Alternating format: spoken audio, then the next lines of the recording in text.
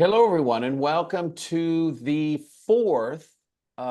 actually the fifth meeting, but the fourth subject of our course dealing with assessment. I have a lot of things to say about this, a lot of stories to tell because I'm doing a lot of this. Now, I didn't actually plan to talk about this, but about my background in assessment, but I've done a lot of different assessments, especially in the last 10 years. So we're going to talk about how to fairly and properly grade or assess students. So you grade students in America, the United States, you mark them in the UK. So they get grades in America, the US, they get marks in the UK, but this process is called assessment. All right, we're going to move from the chess set to the main idea. Now, I'm going to tell you the main idea here because I think it's important to know before we even get to the question. The main idea, here's the whole gist, the essence. Essence is a nice word, E-S-S-E-N-C-E. The whole essence of this talk is exactly this. Test on what you taught. Taught is in the past. Test on what you taught. Don't test on what you didn't teach. Now that sounds so straightforward. That sounds so logical.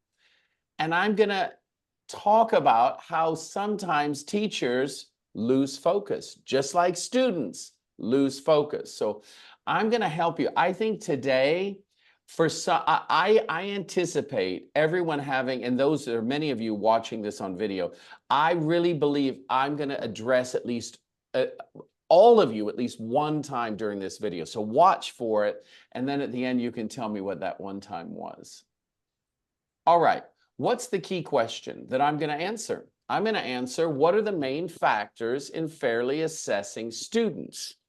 And I've sort of broken them down into three areas, looking at sort of the teacher mindset, then the actual testing, and then the feedback. So we have three different areas on how I sort of am going to answer that question today. What are the main factors in fairly assessing the students? And I'm going to answer it in three ways. Let's get to the first way.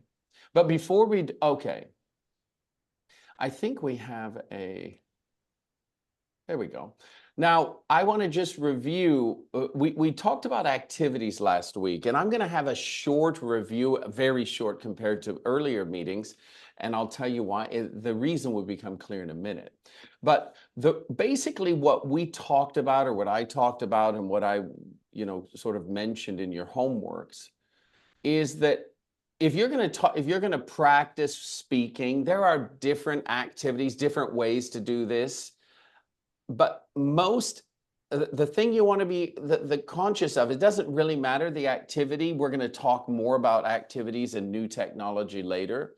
But what I want you to get is these fundamental principles in your mind before we start complicating the lesson.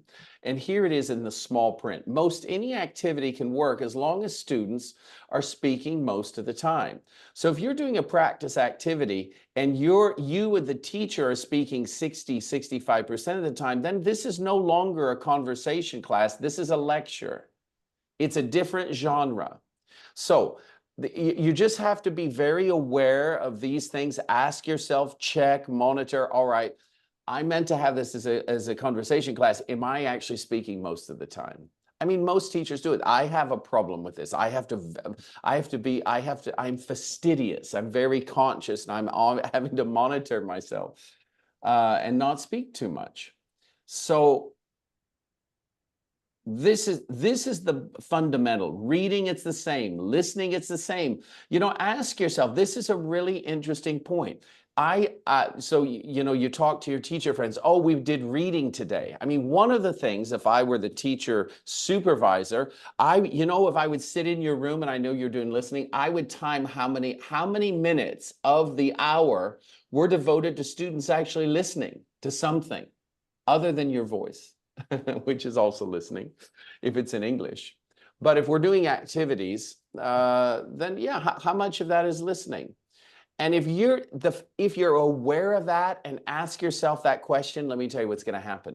The listening time among students will go up. The speaking time among students will go automatically. Just being aware of that will automatically improve your proportions. Now, the transition sort of answers the question why I'm having a shortened review today.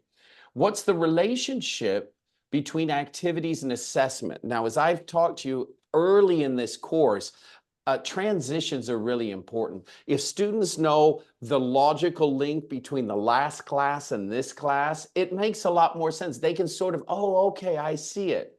So it does make sense to go from present simple to present continuous. It does make sense to go to present simple continuous and then go to present perfect. They're all in the present form. So there's logicality. It's less logical to go from present simple to articles. And so if you do that, you want to explain to the students why you're making this big transition. In this case, our transition is this.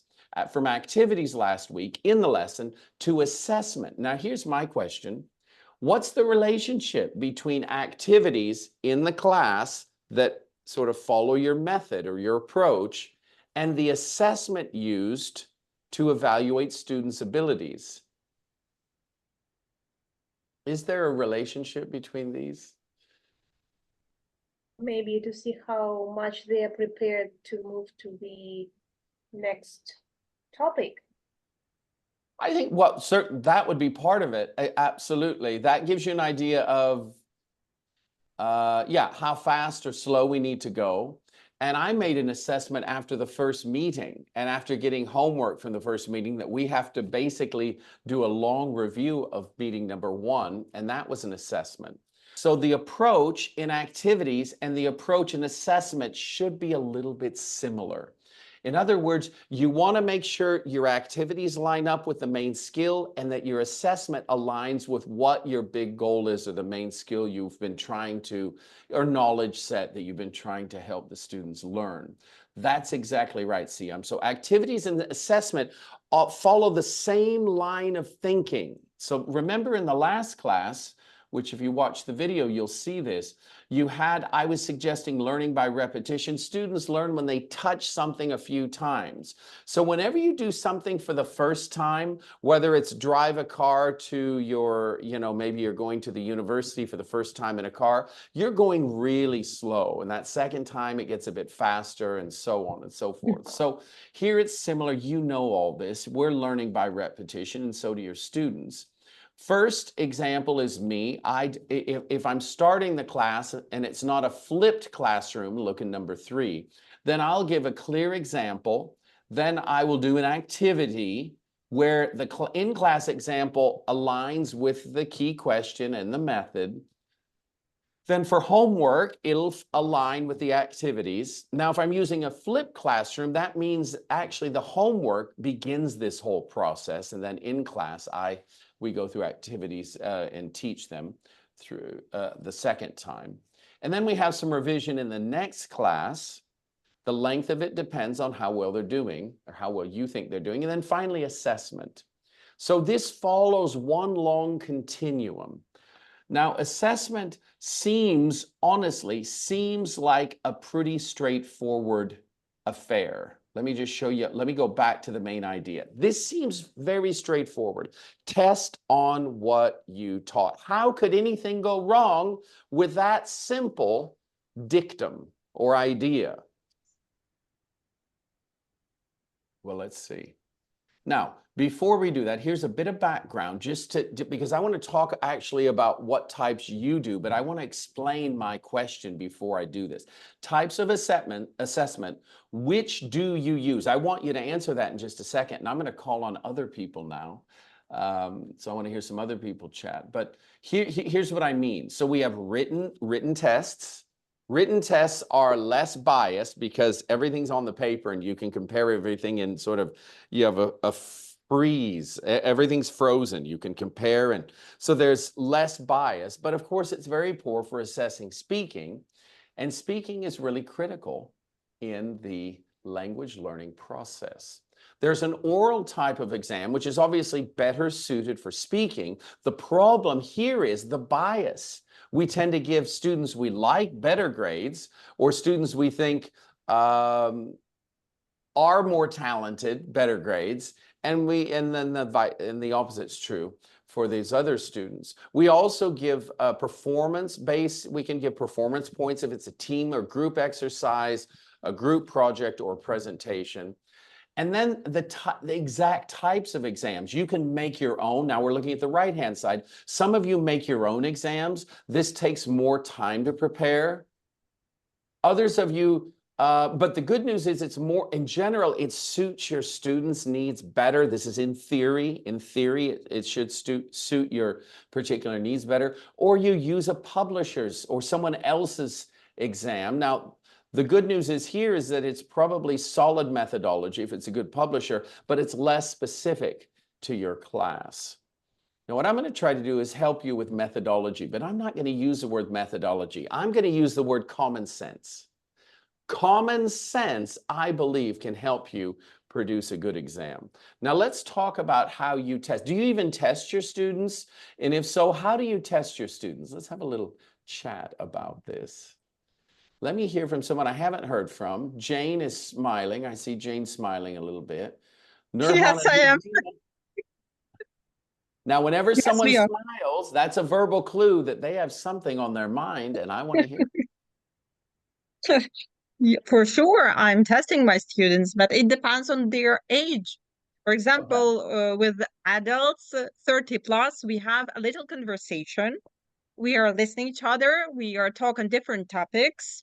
So maybe listening something, maybe reading something. It depends on the person.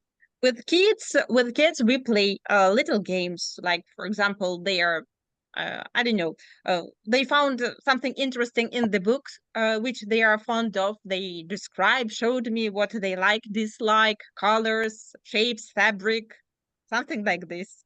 Okay, This type of testing. that makes sense. Very good. Do you make your own tests up? Or do you Yes, use? sometimes yes, for kids especially because they don't want to use papers or other stuff which is printed. So I create by myself.